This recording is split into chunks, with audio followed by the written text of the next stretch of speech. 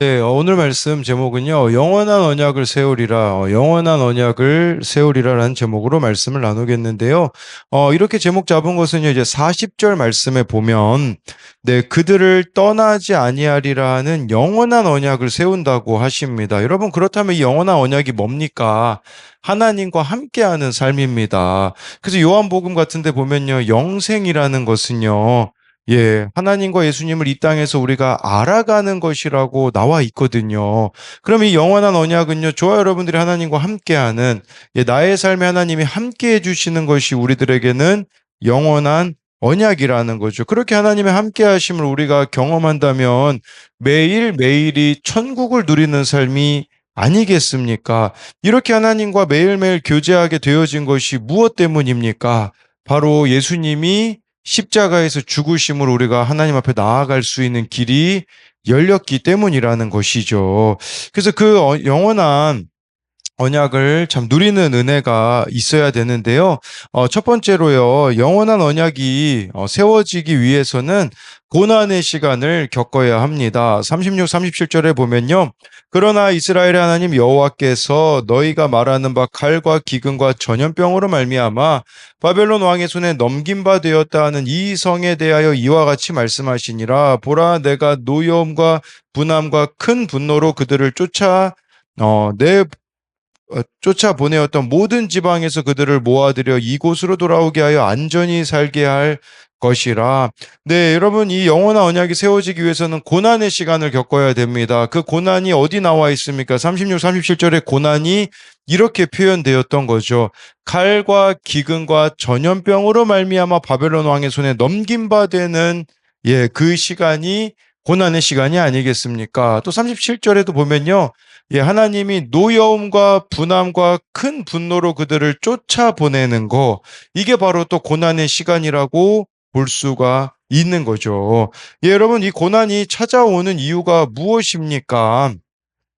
죄로부터 돌이키기 위함이라는 겁니다. 고난을 통해 내 무지와 무능을 깨닫기 위함인 것이죠.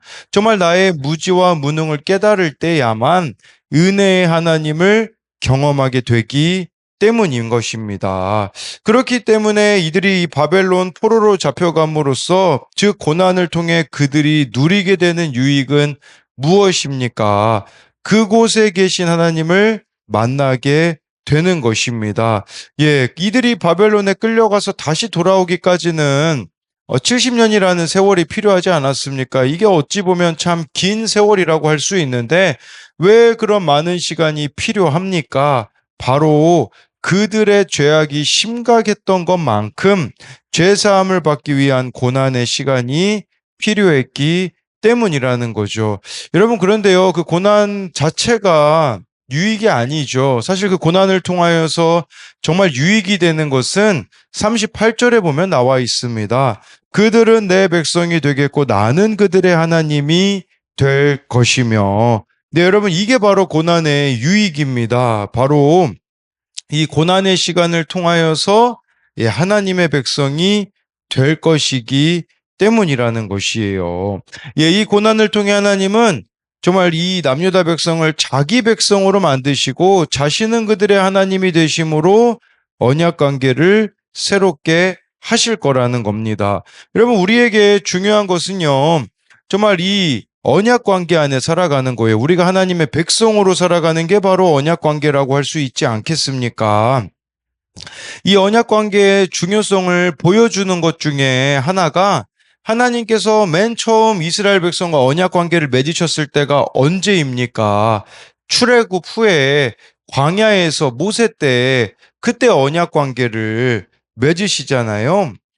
출애굽 당시 근데 이스라엘이 시내산에서 이렇게 금송아지를 숭배했을 때 하나님이 저들에게 이런 말씀을 하세요. 너희에게 가나안 땅은 내가 주겠지만 근데 나는 같이 가지 않겠다. 이렇게 말씀하시거든요.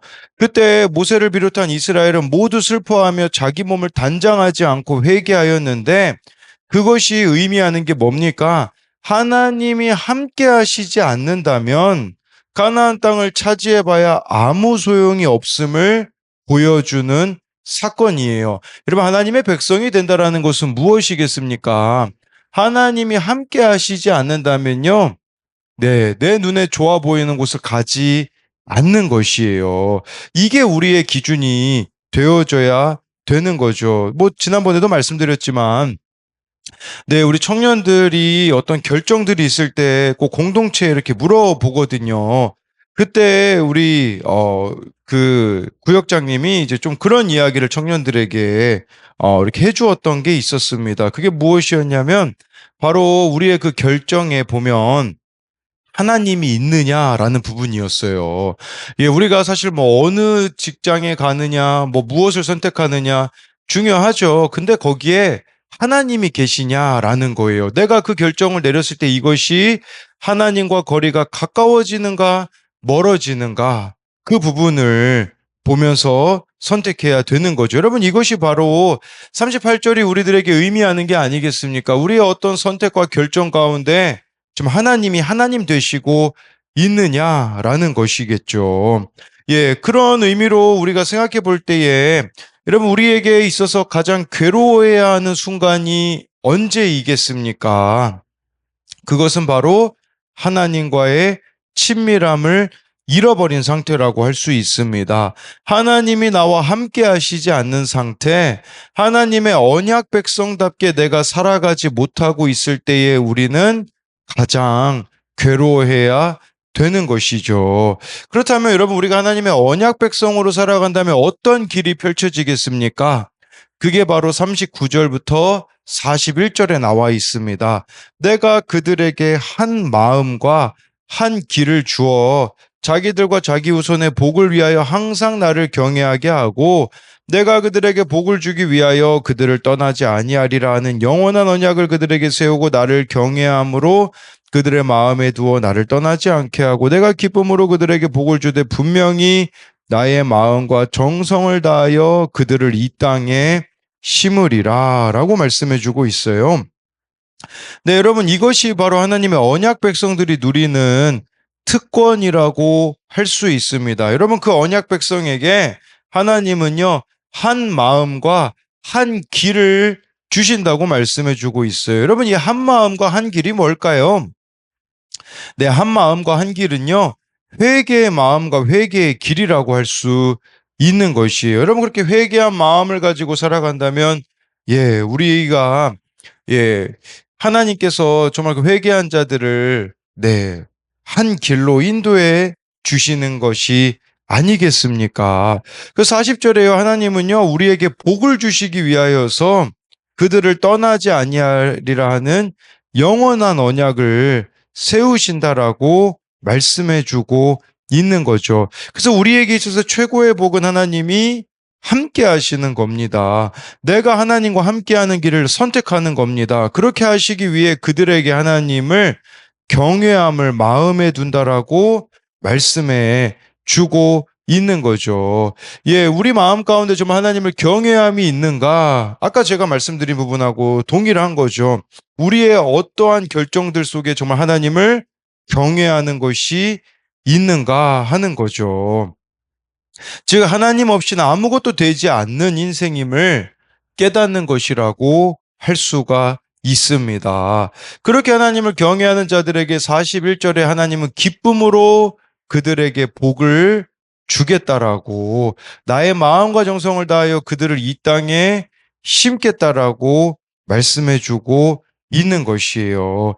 네, 지금 여러분들이 있는 그곳이 하나님이 심어두신 곳이라는 것을 여러분들이 믿으셨으면 좋겠습니다.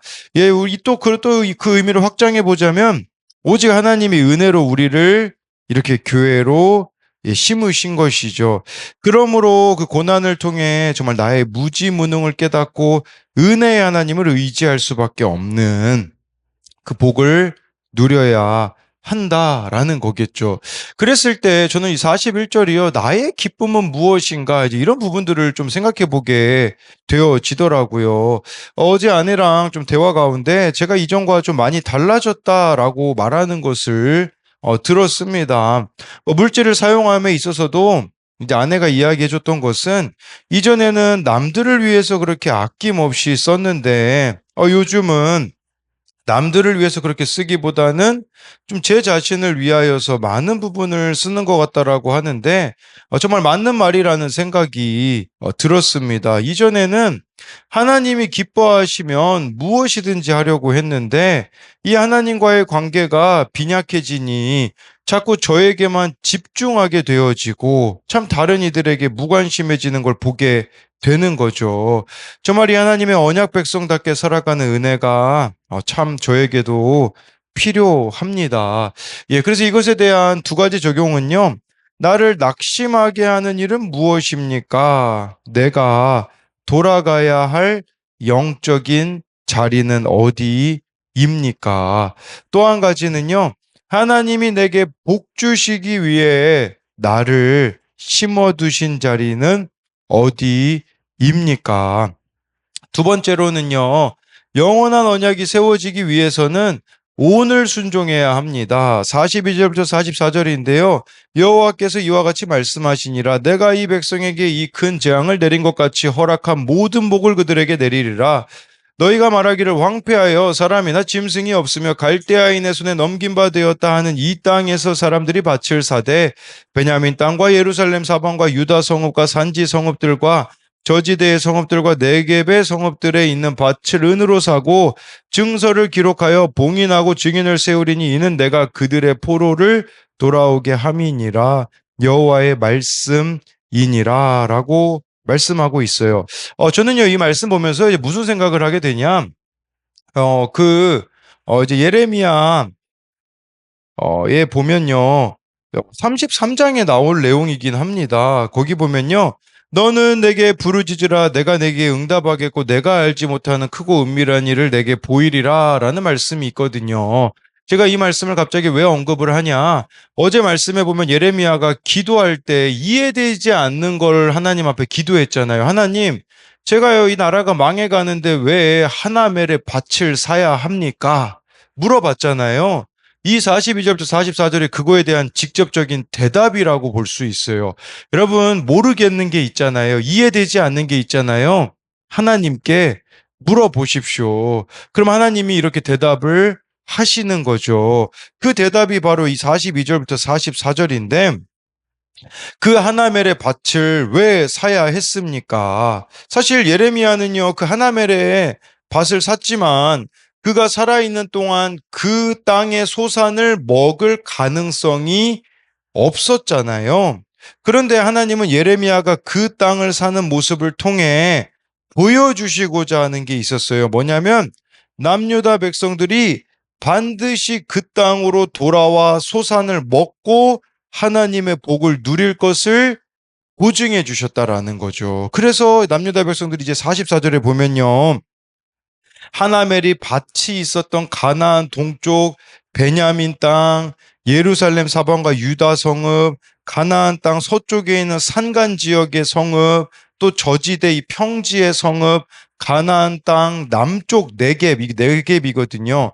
그 성읍들에서 그곳에 있는 밭을 이제 사람들이요, 은으로 사게 되고 매매 증서를 기록하여 봉인한 후에 증인들을 세울 날이 올 것이기 때문이라는 것이죠.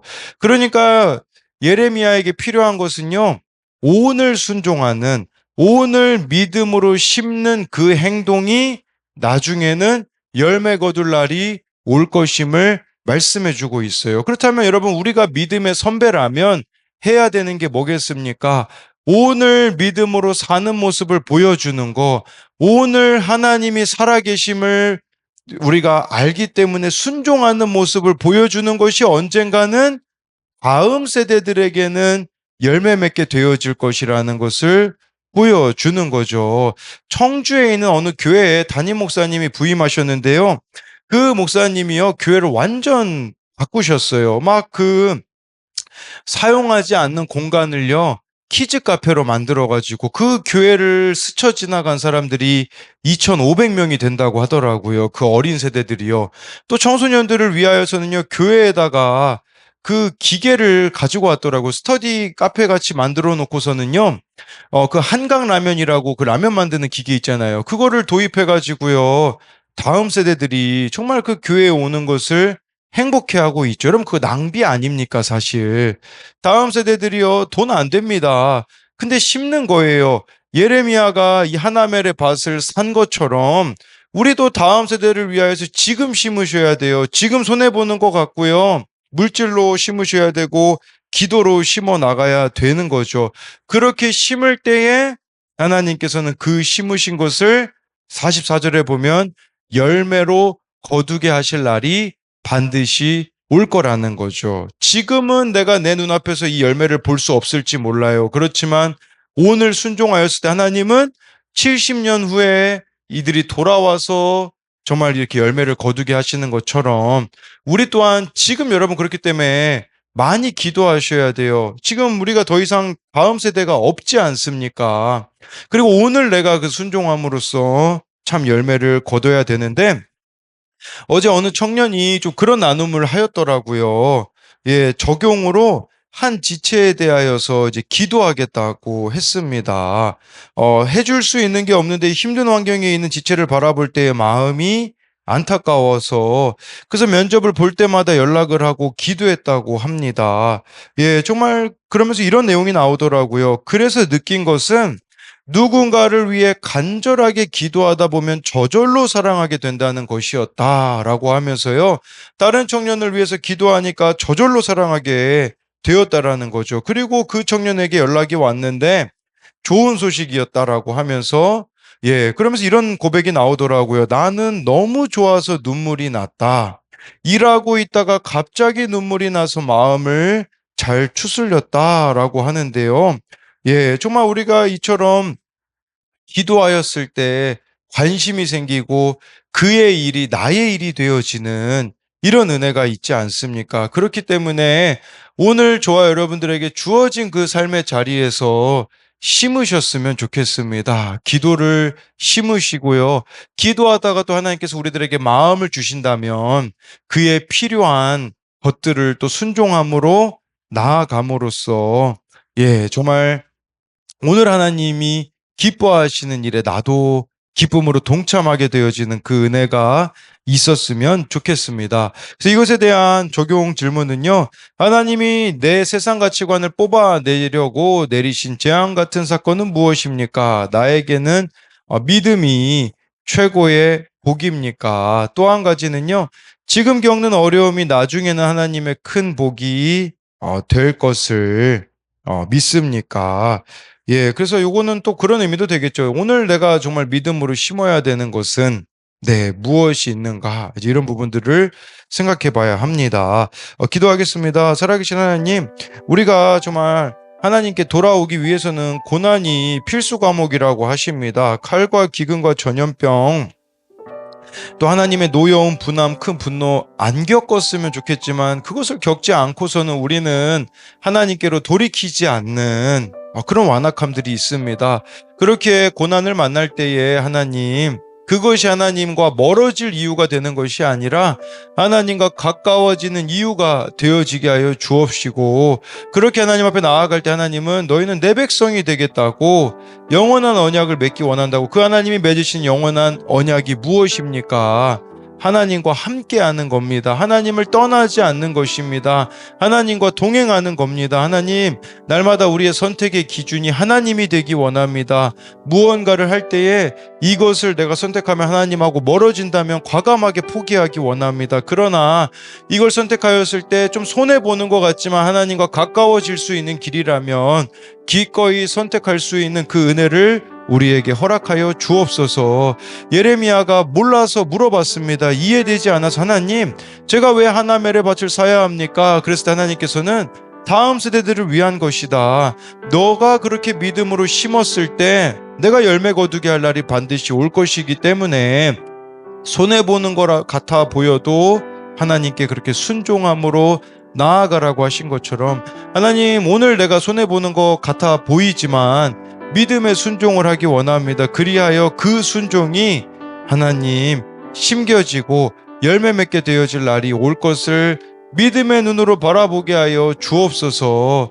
왜 지금 이루어지지 않냐고 원망하는 게 아니라 좀 하나님을 기대하며 그 약속을 이루실 하나님을 신실하게 믿음으로 바라볼 수 있는 은혜를 우리에게 허락하여 주실 것을 믿으며 살아계신 예수님 이름으로 기도드립니다. 아멘.